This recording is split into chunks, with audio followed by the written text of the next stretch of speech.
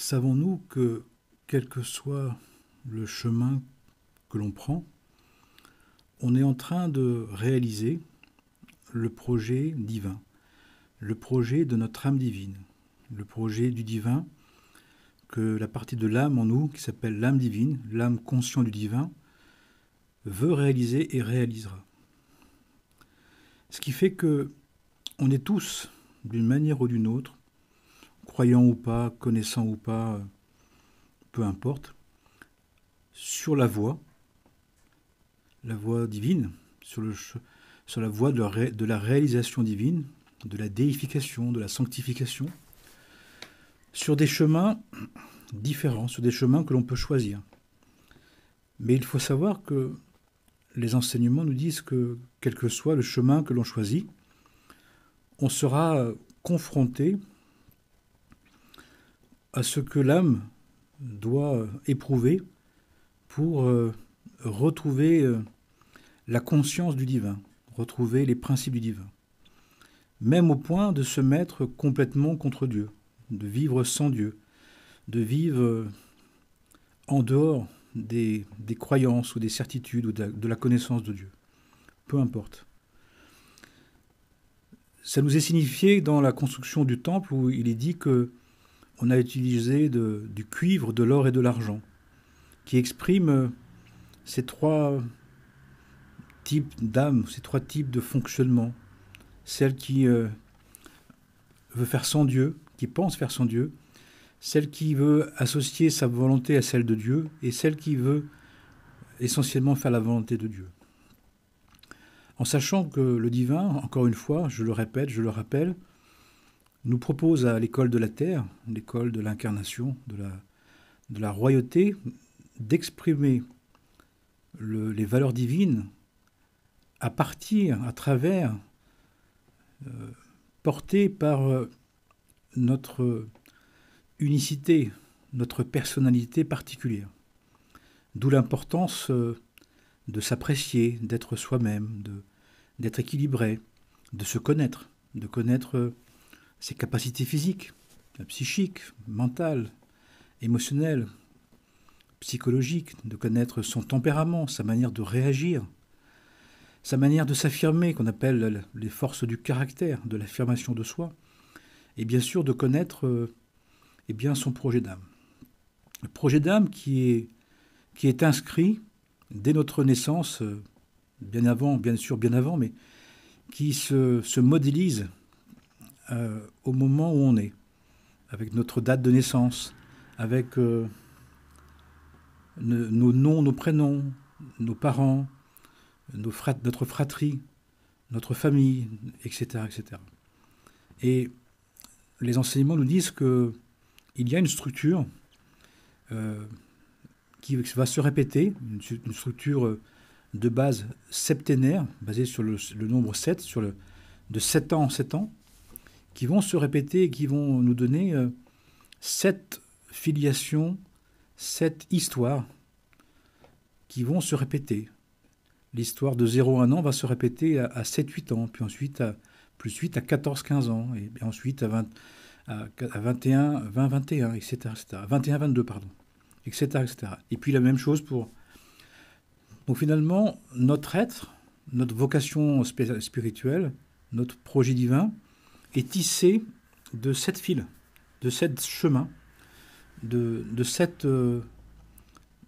histoires qui s'entremêlent, qui se croisent, qui se tissent entre elles, qui fait que nous en choisissons une formulation, nous en choisissons une idée, une compréhension, un point de vue. Nous pouvons en changer. L'idée serait, nous dit-on, de choisir une vie qui nous permette d'être le mieux nous-mêmes pour vivre le mieux possible la volonté divine. D'arriver à trouver une expression de soi, une vie, un chemin qui permette d'associer, de faire alliance à la fois entre notre personnalité et notre désir de Dieu, notre volonté de Dieu. C'est-à-dire entre le désir et la volonté de l'âme divine qui cherche à réaliser le projet divin qu'elle porte, qu'elle est, que Dieu lui a confié, mais avec l'adhésion libre, volontaire, choisie de la personnalité. Donc d'éviter au mieux, au plus, l'opposition ou la contradiction ou la contrariété entre la personnalité et la royauté. La royauté étant le projet du divin, le projet divin de notre être. Ce qui fait que, finalement, le bon chemin, c'est celui qui arrive à faire ça, arrive à la fois à nous mettre dans des conditions où notre personnalité puisse s'épanouir, comme une semence, puisqu'on va, on va vers le printemps qui va nous ramener vers le potager, le verger, vers la nature. Une semence qui serait dans des bonnes conditions, de la bonne terre, la bonne humidité, la bonne eau, le bon soleil, le bon ensoleillement, la bonne orientation par rapport aux éléments, aux 4 éléments, pour faire en sorte qu'elle puisse exprimer, qu'elle puisse germer dans des bonnes conditions et ensuite croître, pousser, croître et multiplier. Donc de devenir. Et ça serait cette image-là, ce besoin-là. Alors ce besoin-là, il peut être mouvant, il peut être changeant, puisqu'on évolue déjà, et puis que je viens de dire qu'on est fait de 7 fils. Donc chaque année, il y a une histoire qu'on a laissée en attente il y a 7 ans, qui reviendrait. Qui fait que d'une année à l'autre, on peut être différent, voire très différent, ou très très différent. On a l'impression qu'on n'est plus le même, que les choses nous échappent, que ce qu'on faisait, nos convictions de l'année passée, on n'a plus les mêmes. Parfois, on peut les poursuivre, on peut les renforcer. D'autres, on doit les aménager, on doit les transformer. Et parfois, on doit vraiment en changer. Donc ça veut dire aussi qu'on est dans cette situation où, finalement, on a une grande histoire d'âme. On a une très grande histoire d'âme. Puis si on ajoute à ça le fait qu'on a des Gilgulim, qu'on revient, que notre âme est tellement vaste, tellement grande, tellement spacieuse qu'elle a besoin de revenir, et même dans cette incarnation d'être dans différentes vies, dans plusieurs expressions au même moment aussi, ça veut dire que on n'en a pas fini, que dans une personnalité, on peut faire une toute petite part des choses, petite part qu'on doit essayer de faire en associant le mieux, en faisant une alliance la plus responsable possible, la plus raisonnable possible, entre la personnalité et la royauté, entre l'âme naturelle, entre la personnalité et puis l'âme divine, la royauté qu'on cherche à avoir.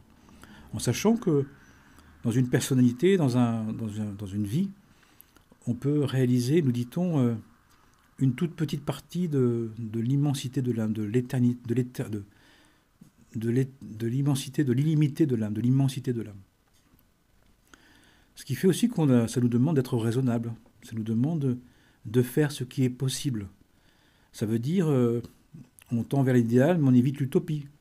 On tend vers l'idéal, mais on évite la banalité. Qu'on doit essayer de tenter, mais qu'on ne réussira pas pleinement et entièrement, qu'il y aura une part qui ne sera pas forcément accessible, une part qui ne sera peut-être plus accessible pour l'instant, et pas encore accessible. Donc ça va nous demander d'être raisonnable, d'être tranquille, d'essayer, c'est pour ça qu'on nous dit, essayons de faire au mieux, essayons de faire le mieux possible, en évitant de se prendre la tête, en évitant de s'agacer, en évitant de se martyriser, en évitant d'être trop agressif, trop excessif. Parce que on est dans des tentatives, on est dans des essayages, on est dans des possibles qu'on essaye d'incarner. D'autant qu'on nous dit que dans notre état de pureté, d'impureté, de conscience et d'inconscience, de conscience et d'ignorance, on nous dit qu'on n'a pas encore suffisamment purifié les passions, nos passions, notre égocentrisme, notre égoïté, qui fait qu'on n'a pas la capacité de placer les choses dans le temps juste, dans le moment juste, dans le lieu juste, avec les personnes justes. Donc on peut avoir une intention pure, forte, intense, que l'on doit désirer et vouloir, mais son incarnation, sa réalité, sa tenue, sa durabilité, on n'en est pas vraiment maître, nous dit-on. D'autant plus et d'autant mieux qu'on nous dit que nous serions dans la fin d'un cycle de temps très long, qui fait qu'il y aurait, restons raisonnables, il y aurait beaucoup de choses que l'on veut encore qui finalement sont terminées. Mais qu'on insiste, qu'on force, qu'on veut encore, qu'on exige, qu'on s'oblige, parce qu'au fond, on a pris l'habitude, parce qu'au fond, on connaît ça, parce qu'au fond, on pense qu'on doit être fidèle à ça. Et on nous dit que ce à quoi on tient le plus, même si c'est terminé, c'est souvent les réussites passées de cette vie ou des vies précédentes. Mais comme on en a le souvenir, la nostalgie, la mélancolie, eh bien on y tient. On y tient peut-être un peu trop. Et donc on doit aussi être raisonnable de ce côté-là. On doit être aussi raisonnable dans ce que l'on veut, dans ce qu'on désire, parce qu'on nous dit qu'on n'est pas très sûr que ce qu'on veut vraiment, ça soit quelque chose que l'on doit faire encore, que l'on doit continuer, que l'on doit garder. C'est pour ça que, à la fois, c'est beau, quelqu'un qui tente des choses, c'est merveilleux, d'essayer, de tenter, d'oser faire les choses. Et en même temps, on nous dit qu'il ne faut pas y mettre trop d'importance, y mettre trop d'enjeux, parce que on risque d'être très désillusionné, on risque d'être défait et mis à terre, et parfois pour se relever, pour remonter, c'est très difficile. Donc on nous dit aussi, c'est un conseil de sagesse qu'on nous donne, de s'investir vraiment dans une chose, mais d'en espérer ce que l'on veut. On peut tout espérer, mais rien prévoir d'absolu, rien prévoir d'obligatoire, de quelque chose qui serait... si c'est pas comme ça peut pas bien se passer. Ça doit être comme ça et pas autrement. C'est de trop. On nous dit que c'est de trop. Donc autant écouter les paroles de sagesse, les paroles des anciens, les paroles des sages, qui nous disent attends-toi à tout, espère tout, mais reste raisonnable. Espère tout, mais accepte que les choses se passent à la fois comme tu as voulu, comme tu as prévu, et aussi autrement. Donc il y a la notion d'acter et d'accepter que ce que l'on voulait n'est pas forcément ce qui va se passer.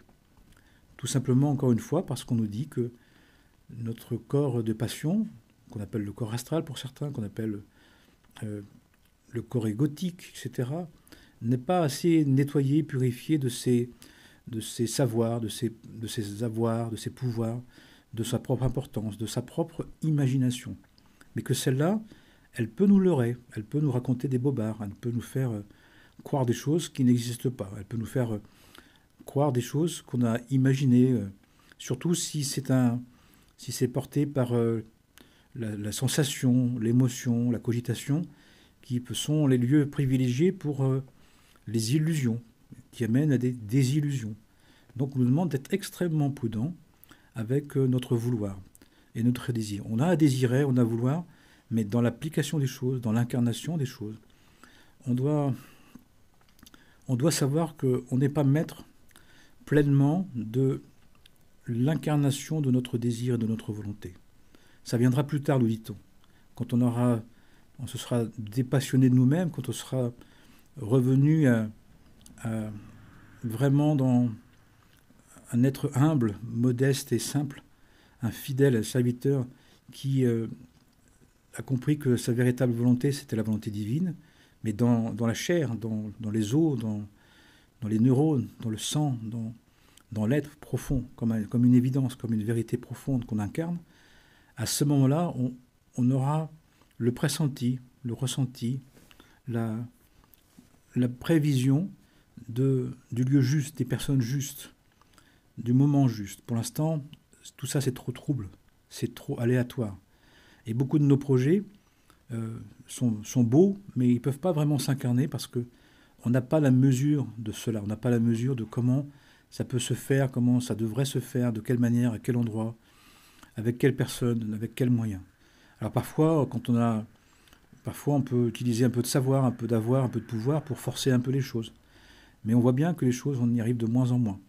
Et puis, si on commence à rentrer là-dedans, à forcer un peu les choses, on risque de tomber dans le mauvais penchant, comme on dit, dans la mauvaise attitude. Et là, on commence à rentrer dans l'injonction sur soi-même et sur les autres, sur l'attaque, sur la menace, sur la dérive autoritaire, la dérive sectaire, la dérive intégriste, qu'on a tous, d'une certaine manière, quand on veut imposer les choses. Surtout si on se les impose, on veut les imposer aussi aux autres. Mais là, on est en contradiction avec les valeurs de la volonté divine, les valeurs des principes divins.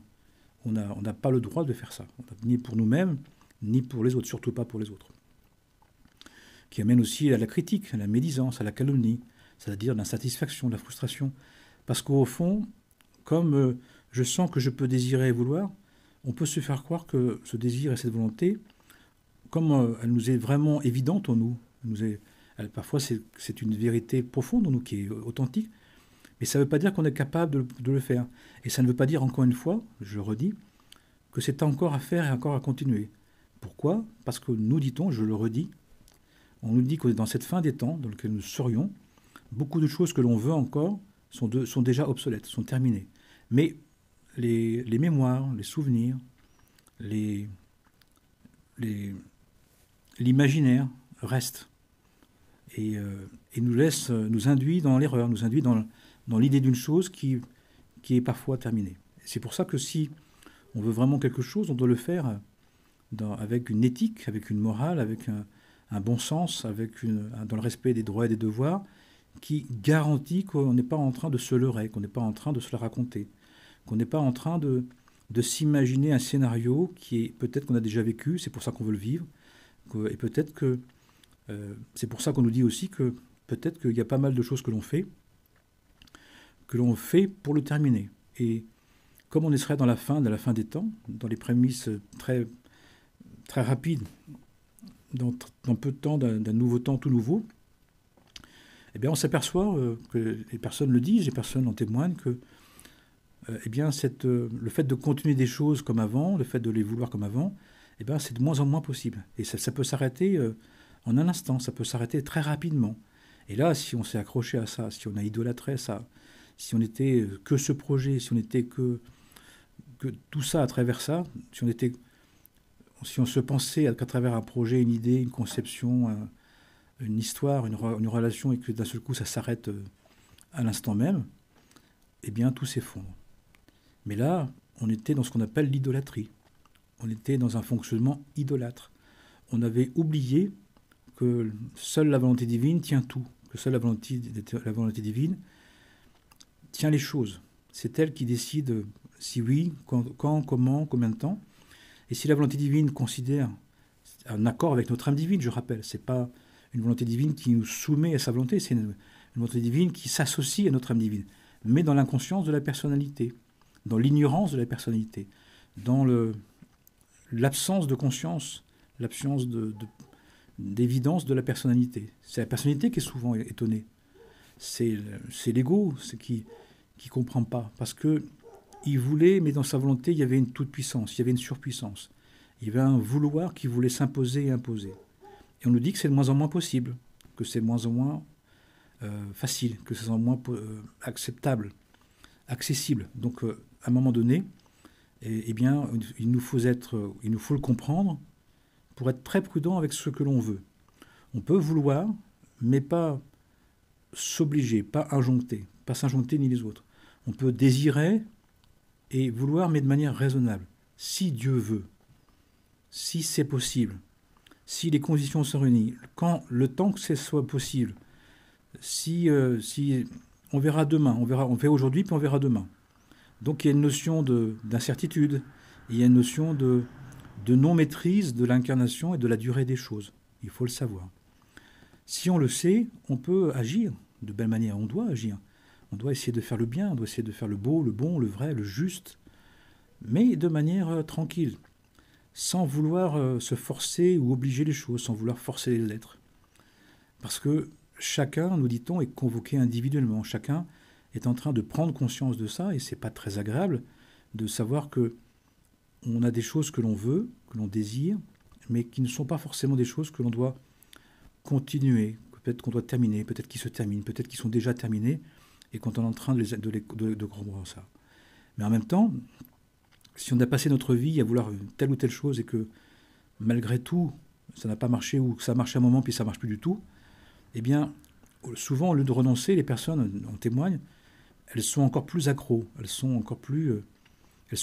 sont tellement identifiées à un projet comme si elles ne pouvaient pas exister sans projet, comme si elles étaient un projet, elles n'étaient pas une vie, elles n'étaient pas un être divin, qu'elles étaient une personnalité qui s'était identifiée à un fonctionnement, à une expérience, à une vie, à une relation, à un projet. Et si ça s'arrête, les personnes ont l'impression de n'être plus rien. Eh bien, on nous dit que c'est parce que la personne avait oublié, ne savait pas encore, ne savait plus qu'elle était un être divin. Et un être divin, il est là pour incarner, pour faire l'expérience, pour éprouver, pour tenter des choses. Et on nous dit que dans cette fin des temps, il y aurait une multitude de choses à terminer d'expérimenter. On serait les dernières générations à devoir terminer beaucoup de points de vue, beaucoup de projets, beaucoup d'idées qui doivent se terminer. Et on devrait savoir que l'on doit terminer en beauté, terminer avec joie, de bien terminer les choses, de bien les finir, pour qu'on puisse être disponible ensuite, qu'on puisse s'évider de toutes ces mémoires, de toutes ces projections, de toutes ces idées antérieures et précédentes, pour être disponible au tout nouveau. Et on nous dit que la caractéristique de ce tout nouveau, de ce devenir, un devenir, c'est pas un avenir, parce que l'avenir, on dit que c'est un passé qui se représente, qui n'est pas terminé. Et bien, on est en train de terminer beaucoup dans l'avenir. Notre avenir, c'est beaucoup de choses du passé qui se terminent, mais pour arriver à rentrer dans le devenir, il faut qu'on en soit évidé, qu'on termine ça, nous dit-on. Ça veut dire que nous devons être très prudents, très réfléchis, très sensés, très sages par rapport à ce que l'on veut.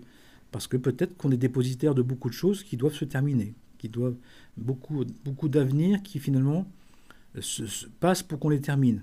Ce qui est paradoxal, ce qui n'est pas logique dans la nature du monde, dans la nature habituelle. Quand je veux un avenir, je veux que ça dure. Je veux le faire croître, je veux qu'il devienne. Et l'on nous dit non, il y a peut-être un peu, peut-être beaucoup, peut-être beaucoup de choses qu'on veut faire qui sont pour qu'on le termine.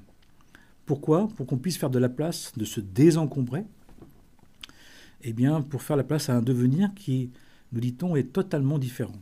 On dit que les temps nouveaux vers lesquels nous allons, ce sont des temps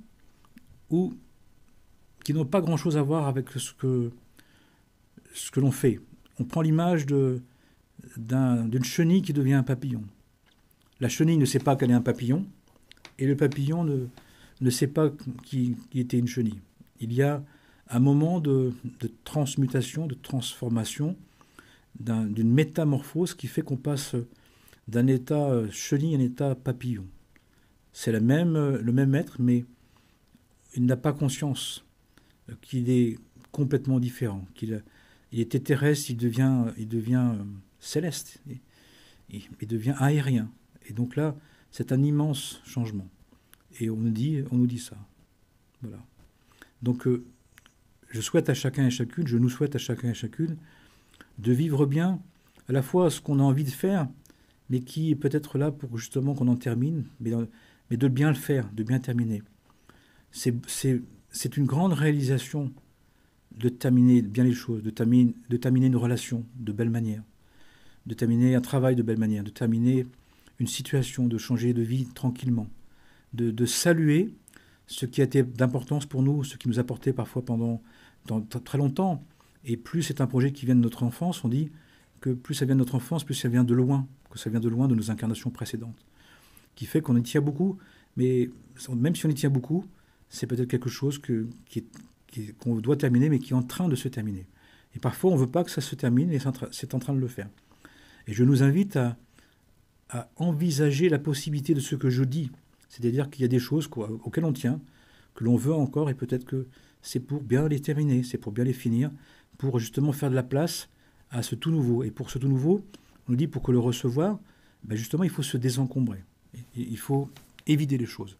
Il faut laisser la place, que la conscience soit disponible à ce qu'on appelle le mystère, ce qu'on appelle le devenir, ce qu'on appelle l'inconnu, ce qu'on appelle l'inconnaissable, par exemple.